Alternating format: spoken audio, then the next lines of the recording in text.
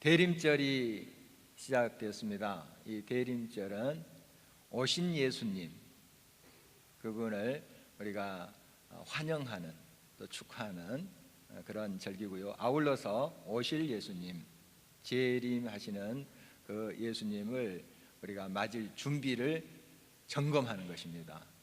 물론 365일 날마다 그런 마음으로 살아야 됩니다. 그러나 특별히 하나님께서 이런 절기를 주신 것은 이런 시간에 더 마음을 모아서 집중하여 그 의미를 되새기고 주님 앞에 나아가고자 함입니다. 대강절이라고도 하는데요, 예수님의 강림을 축하하면서 또 기대하자 하는 그런 의미죠.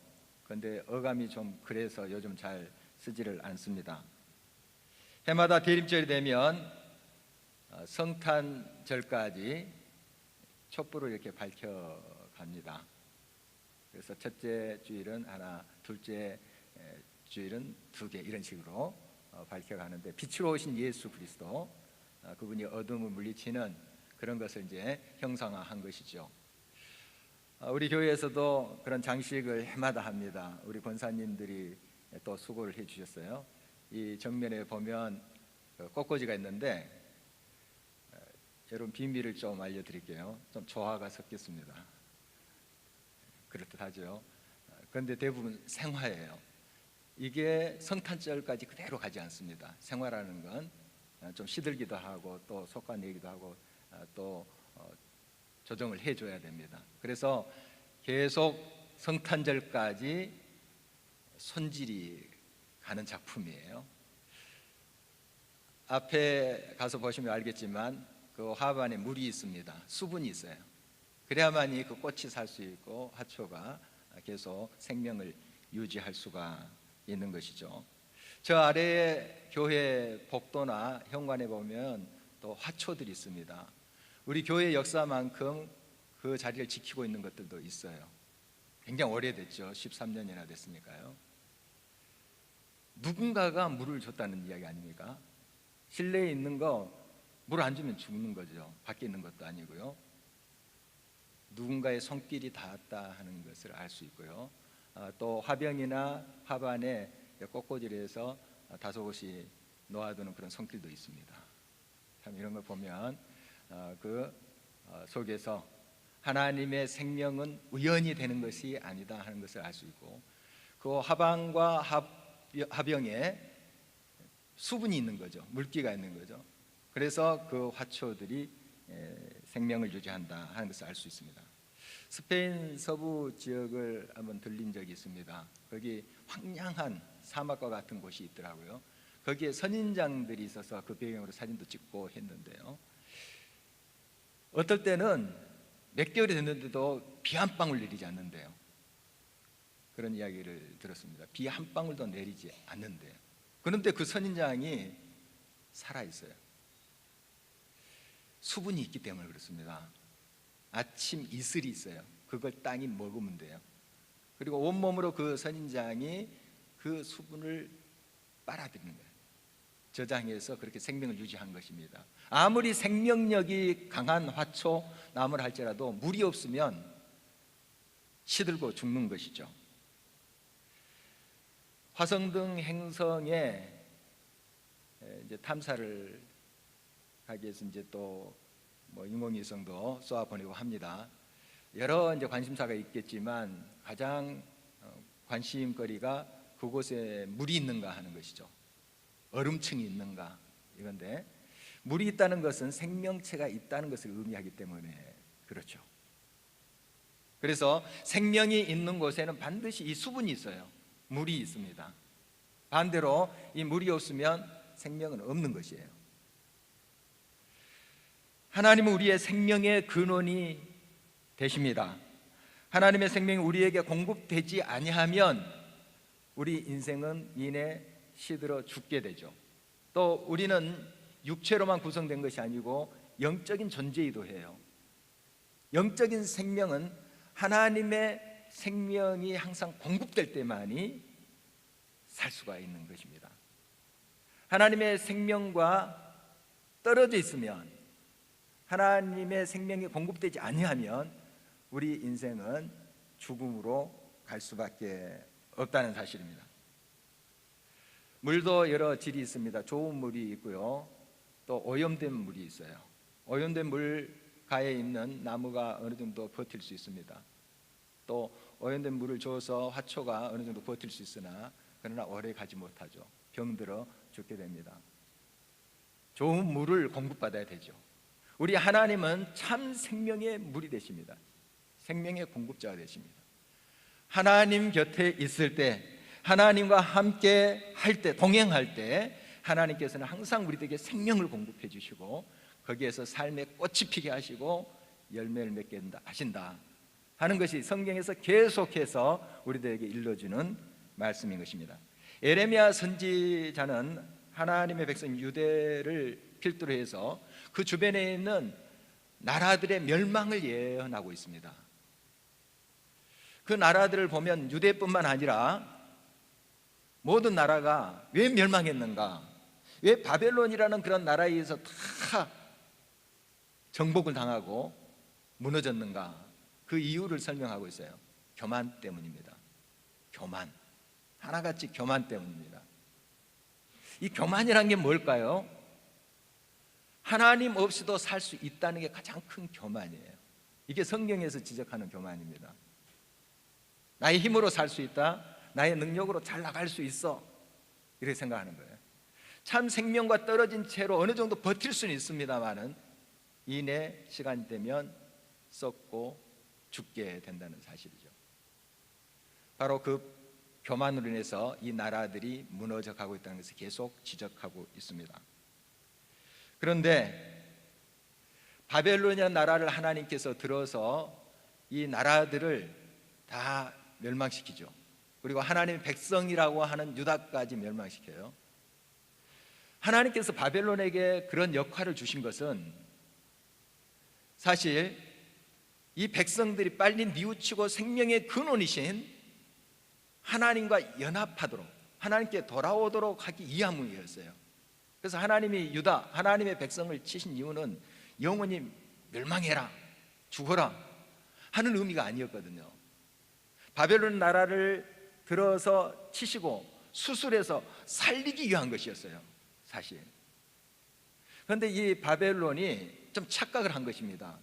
자기가 가는 곳곳마다 나라들이 막 항복을 하고 와요. 굴복을 합니다. 유다뿐만 아니라 저 남방의 강국인 애굽, 이집트까지 다 굴복을 해요. 그래도 애굽만큼은 무너지지 않을 것이다 이렇게 생각을 했었죠. 굉장히 강한 나라였거든요. 그런데 애굽도 바벨론에 의해서 무너지는 거예요. 그러니까 바벨론 입장에서 보면 이제 모든 것이 가능한 거예요. 우리가 가면 다 된다는 거예요. 다 할 수 있다는 거예요. 다 잘 나갈 수 있다는 거예요. 이런 교만이 바벨론 가운데 있게 된 것입니다. 그래서 심판의 도구로 하나님께서 그들을 삼으신 건데 심판의 주체인 줄 착각한 거예요. 교만이죠. 자기 자리를 떠난 겁니다. 자기의 역할을 떠난 거예요. 이게 교만인 거예요. 그래서 하나님께서는 결국 이 바벨론을 치신다는 그런 말씀이 오늘 본문의 내용이에요. 다른 나라들을 쳤던 그 바벨론, 자기의 역할을 충실해서 물러서야 되는데 필요 이상으로 잔인하고 교만을 떨었던 이 바벨론을 하나님께서 가만두지 않겠다는 거예요. 결국 치신다. 바벨론도 멸망한다. 그것을 예레미야에게 공포하라고, 선포하라고 하신 말씀이 오늘 본문의 말씀입니다. 예레미야를 통해서 선포한 이 메시지는 바벨론의 멸망이지만 곧 유다의 회복을 의미하는 것이에요. 하나님께서는 건지신다, 때리시고 어루만지신다, 다시 돌이키게 하신다 하는 그런 약속인 것입니다. 여러분, 교만은 패망의 선봉입니다. 열국도 마찬가지고 지금 바벨론의 멸망도 이 교만 때문에 그런 거예요. 교만을 떨었을 때 한순간에는 잘 나간 것 같고 잘 되는 것 같아요. 그러나 결국 패망하는 거예요. 우리의 삶을 통해서 이것을 확인할 수 있고요, 성경에서 계속 말씀하신 바가 이거예요. 아담의 범죄도 사실 교만이에요. 죄가 교만으로부터 시작됩니다. 하나님처럼 지혜롭게 된다 하는 사탄의 꼬임에 넘어갔거든요. 하나님처럼 된다, 자기 자리를 떠나서, 인간의 자리를 떠나서 하나님처럼 된다고 하는 그 교만이 죄의 뿌리인 거예요. 이 교만은 굉장히 우리 가까이에 있습니다. 자신감 참 좋죠. 자신감 있게 무슨 일을 한다거나 또 다음 데 한다거나 참 중요한데, 이것도 잘 여러분들이 경계를 하셔야 됩니다. 이 자신감이 지나치면 자만심이 돼요. 항상 지나친 게 무섭습니다. 자만심이 교만으로 가요. 교만은 패망으로 가는 겁니다. 여러분들, 우리가 이 점을 경계해야 되겠습니다. 바로 바벨론은 하나님을 무시했습니다. 자기들이 잘 나가고 열국을 지배하는 것이 자기의 힘과 능력이라고 생각을 했던 것이죠. 그래서 하나님께서 이 바벨론을 징계하시겠다 하는 것입니다. 그래서 에레미야에게 이제 바벨론에게 공포하라, 선포하라, 열방에 또 선포하라, 이렇게 말씀하고 있습니다. 전에는 바벨론이 열국을 칠 때 이런 예언을 에레미야가 있어요.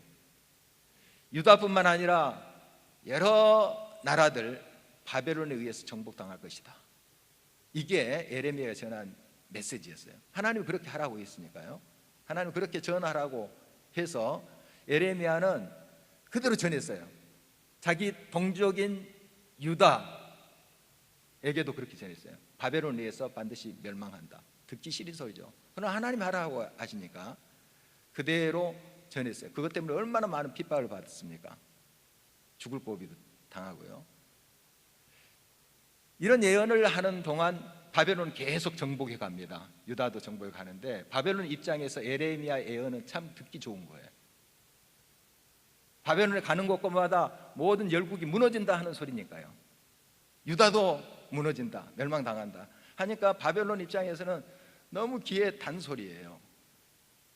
이제 결국 예루살렘이 정복됩니다. 그리고 그 유다 사람들이 포로로 끌려갈 때 그 속에 에레미야도 있습니다. 에레미야가 그동안 어떤 예언을 했는가 하는 것을 바벨론 왕 느부갓네살, 또 군대 총사령관 느부사라단, 이런 사람 다 알고 있어요. 어떻게 에레미야가 예언을 했는지. 그래서 무리 속에 에레미야가 딱 있었거든요. 그래서 에레미야에게 느부사라단 이 총사령관이 이야기합니다. 우리 바벨론으로 가자 하면, 요즘 말하면 좋은 집도 주고 좋은 차도 주고 잘 대접해 주겠다, 호화호식하게 해주겠다 하는 거죠. 관직도 주고. 얼마나 설깃한 이야기입니까? 그러나 그런 것을 위해서 에레미야가 예언한 것 아니에요. 하나님 말씀 그대로 전했을 뿐이에요. 그래서 에레미야는 따라가지 않습니다. 남아있는 자기 동족과 함께 있어요. 지금은 이제 시간이 좀 흘렀던 거죠. 에레미야가 말씀을 전한 그 내용대로 바벨론이 다 정복을 한 상태예요. 그리고 바벨론의 기세는 하늘을 찌를 듯한 그런 상황이에요. 이때 하나님께서 이렇게 예치라는 거예요. 그 바벨론에게 가서 너의 교만 때문에 너가 망한다, 예치라는 거예요. 그 전에 예친 것하고 다른 내용이 되는 거죠. 바벨론이 듣기 싫은 소리예요. 너 망한다 하는 거니까요. 그 예치라는 거예요. 지금 그래서 에레미야가 그 말씀을 예치고 있는 것입니다. 바벨론이 자랑하는 벨, 무로닥, 이 마루둑이라 하는 신인데 주신이에요. 바벨론이 그렇게 자기들을 지켜준다고 믿었던, 자기들에게 복을 준다고 믿었던 그런 신들이 다 무너지고 부스러지고 수치를 당하게 되리라. 결국 바벨론이 무너지리라 하는 예언을 하라고 한 것입니다. 교만을 탐닉하는 결과는 정말 참혹합니다. 이 교만은 우리 인생을 완전히 파멸로 이끌어가는 독약입니다. 그러면 늘 우리가 이거 경계하지 않으면 어느 순간에 교만이 비집고 들어옵니다. 이 유다랑 인접한 에돔이라는 나라가 있습니다. 이 에돔은 야곱의 쌍둥이 형제 에서의 자손이에요. 그러니까 야곱의 자손들이 이스라엘, 유다 아닙니까?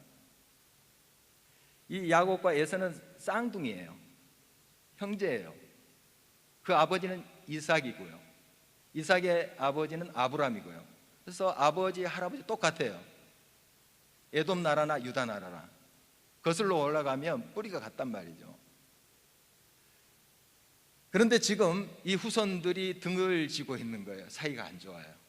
그런데 에돔은 지금 사해 남부 지역에 세일산이라고 있습니다.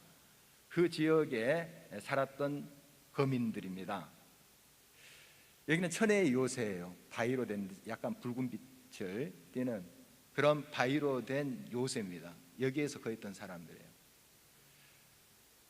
여러분 이제 여행지나 이런 걸 조사해 보면은 요르단 남서부 쪽에 페트라라는 곳이 있습니다.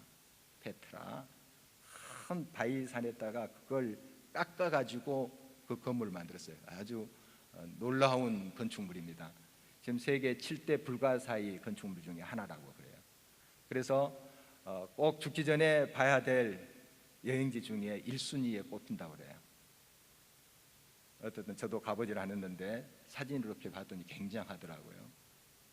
멋져요.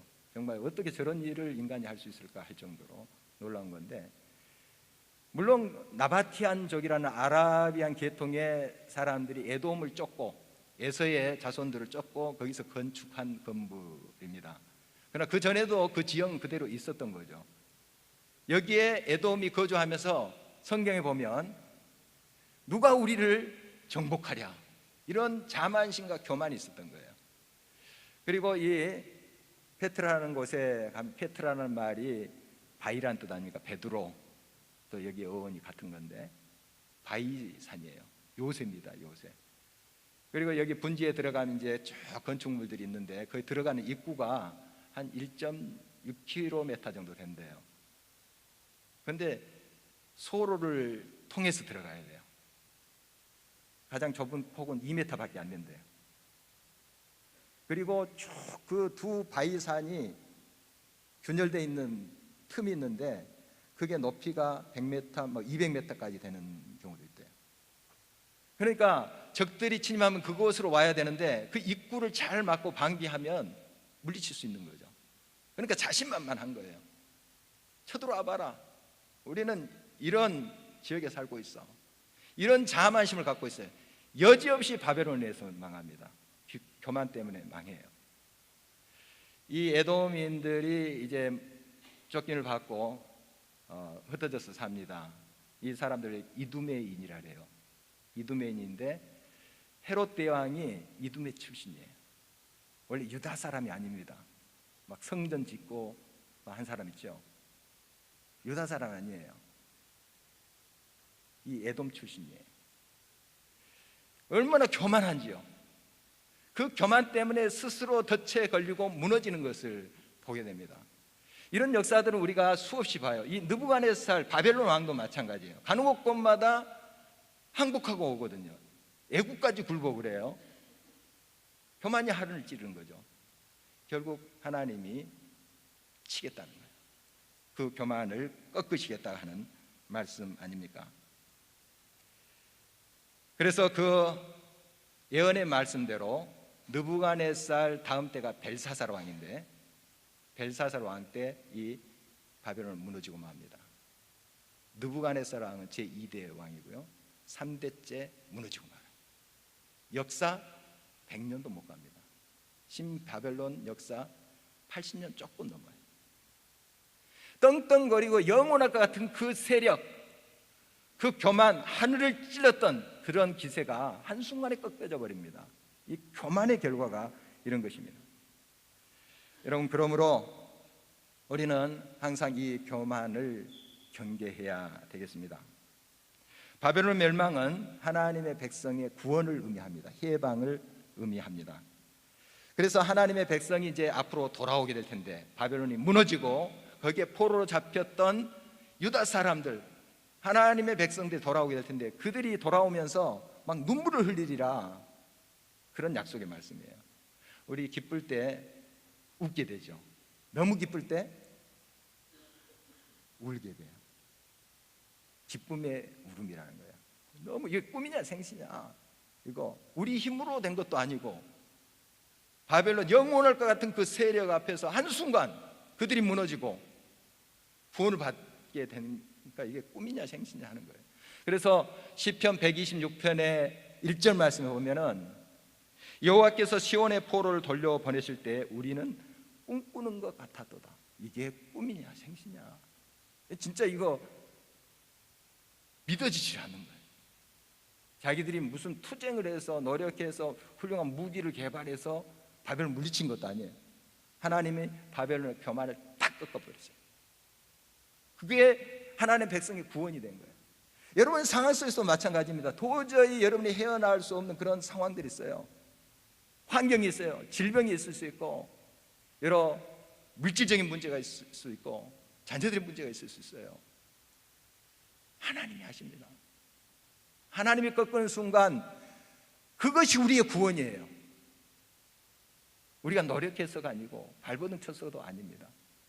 하나님은 그 하늘 짓던 기세, 교만 꺾어버리십니다. 악은 하나님께서 징계하십니다. 이 유다 백성들이 고국으로 돌아오면서 서로 인사말을 나누는 거예요. 우리가 이제는 여호와와 연합하자. 그전에는 하나님께 등지고 우리 중심적으로 살고 우상을 섬기고 기웃거리고 이렇게 살았는데 다시는 그렇게 하지 말자. 여호와와 연합하자. 하나님 중심으로 살아보자. 이렇게 인사하겠다는 예언의 말씀입니다. 여러분, 우리가 하나님께 온전히 돌아오는 것이 참 구원의 길입니다. 이것밖에 없어요. 다른 길을 찾을 수가 없어요. 생명의 근원이신 하나님께 와서 그 생명 공급받을 때만이, 그 생명수를 우리가 머금을 때만이 생명의 꽃을 피우고 열매를 맺을 수 있기 때문에 그렇습니다. 오늘 말씀을 계속 보면 중간에 왜 우리 민족이, 이 유다 민족이 이런 고난을 당했을까? 왜 이렇게 하나님과의 관계가 깨졌을까 하는 것을 언급하고 있어요. 이렇게 다시 언급하면 이 기쁜 날 아닙니까? 이제 돌아오게 되는데 기쁜 메시지에 왜 이 소리를 하고 있나요? 다시는 그렇게 하지 말자. 다시는 하나님과 깨어진 그 관계로 돌아가지 말자 하는 다짐이에요. 왜 하나님의 백성인 유다가 하나님과 그 깨어진 관계 속에 있게 됐는가? 지도자들 때문이에요. 특히 종교 지도자들 때문에. 오늘 본 말씀 보니까 거짓 지도자들이 있었어요. 백성들을 산으로 이끄는 거예요. 산과 언덕으로 이끄는 거예요. 쉴 곳을 잊어버렸어요. 잃어버린 게 아니라 잊어버렸어요. 쉴 곳은 하나님의 품이에요. 하나님과 연합하는 곳이에요. 잊어버렸어요. 생각 속에 없어요. 산과 언덕으로 갔다는 것은 그곳에 뭐가 있냐면 산당이 있어요. 산당, 우상 숭배지를 말하는 거예요. 민족이 고난을 당합니다. 그러면 하나님의 말씀을 그대로 전해야 되지 않겠습니까? 그런데 백성들이 듣고 싶어 하는 말을 전하는 거예요. 들어야 될 말을 전해야 되는데 듣고 싶어 하는 말을 전하는 거예요. 복 준다, 위로 준다, 잘 돼, 가서 절해봐, 가서 우상 섬겨봐, 이렇게 한 거예요. 번영의 신학을 가르치는 거예요. 우리의 삶 속에 번영과 복과 은혜를 누리는 것 참 하나님께서 주신 참 사랑 아닙니까? 그런데 그게 우리의 추구하는 방향이 돼서는 안 됩니다. 하나님께서 주신 은혜인 것이지 우리가 추구해야 될 것은 오직 하나님께 돌아가는 거예요. 그래서 듣는 우리 입장에서도 항상 우리가 우리 자신을 살펴야 돼요. 나는 듣고 싶은 것을 듣고자 하는가, 아니면 하나님이 들으라고 하는 것을 듣고 있는가 하는 거예요. 여러분 잘 분별하셔야 됩니다. 사람들은 듣고 싶어 하는 것을 듣기를 원해요. 그래야지 은혜가 된다 하고, 그래야만이 굉장히 위로가 된다고 그래요. 여러분 어린아이한테 당근만 줘보세요. 이 다 썩습니다. 건강 해쳐요. 안 돼. 꼭 먹어야 될 것을 줘야 되지 않겠습니까? 여러분이 스스로 말씀을 묵상할 때도 그렇습니다. 여러분이 듣기 좋은 것만 골라서 묵상해서는 안 돼요. 듣고 싶은 것만 들어서는 안 된다는 뜻입니다. 들어야 될 말씀, 봐야 될 말씀, 그것이 쓰더라도 그것을 여러분들이 섭취해야 됩니다. 그래야만이 살아날 수 있습니다. 다시는 우리가 산당과 언덕으로 기웃거리지 말자. 그래서 우리 망하지 않았느냐? 하나님만을 찾고 쉴 곳인 하나님만을 기억하고 그분 앞에 나가는 것이 이게 우리의 살 길인데 이거 우리 다시는 잊지 말자. 이런 다짐이에요. 하나님께서는 이제 하나님의 백성에게 출바벨론을 명하십니다. 오늘 8절 말씀 보니까 너희는 바벨론 가운데서 도망하라. 바벨론 멸망합니다. 그러나 같이 멸망하기 전에 빨리 도망쳐 나와야 돼요. 그저 밀려서 나오는 것이 아니라 도망쳐 나와야 돼요. 세상의 가치관, 탐욕적인 자기중심적인 가치관, 우상숭배, 이것을 버리고 나와야 됩니다. 바로 이것이 우리가 하나님께로 돌아와서 하나님과 연합하는 길이에요. 철로 역정을 보면 그 존 버년의 작품이잖아요. 보면 주인공 기독도가 나옵니다. 크리스찬이라고 하는 기독도가 나오는데 장차 망할 성, 장망성을 탈출하듯이 나오잖아요. 그래서 천성을 향하는 그 여정을 그린 것이 철로 역정이에요. 도망쳐 나와야 됩니다. 막 붙잡아도 뿌리치고 나와야 돼요. 그래서 이 세상의 가치관이 있다면 결단하고 그것으로부터 헤어나야 됩니다. 굉장한 결단이 필요해요. 뛰쳐나와야 됩니다. 세상의 가치관은 번영의 가치관이에요. 탐욕의 가치관이에요. 이거 하면 잘 돼, 번성해. 그것이 우리의 추구의 목적이 되어버려요. 하나님이 우리의 목적이 되고 하나님의 영광을 드러내는 것이 우리의 삶의 방향이 돼야 되는데 나 중심적으로 자기의 욕심을 채우는 것으로 중심을 삼으니 우상숭배가 아니겠습니까? 여러분, 우리가 하나님의 뜻을 따라서 하나님의 말씀으로 돌아서 하나님과 연합할 때 하나님이 하실 일이에요. 때에 따라서 열매를 맺게 하시고 때에 따라서 채워주시고 때로는 돌아가게 하시지만 합력해서 선을 이루시고 하실 일이에요. 우리는 이것만 생각하셔야 돼요. 하나님께 돌아가는 것, 하나님과 연합하는 것, 이것에 우리가 장념해야 될 것입니다. 여러분, 우리의 삶 속에 익숙해져 있는 악들이 있어요. 습관이 되어버렸어요. 몸에 딱 달라붙었어요.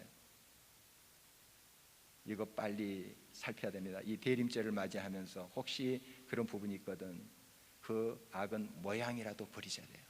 데살로니가전서 5장 22절 말씀처럼 모양이라도 흉내조차 내지 마셔야 됩니다. 하나님께로 온전히 돌아서 하나님과 연합할 때 하나님의 생명은 공급되실 거예요. 하나님의 생명으로 여러분의 삶을 회복하실 것입니다. 이렇게 세워주실 거예요. 하나님이 역사하실 거예요. 예레미야 선지자를 통해서 이 시간 저와 여러분에게 도전하는 하나님의 말씀입니다. 하나님과 여호와 하나님과 연합하라.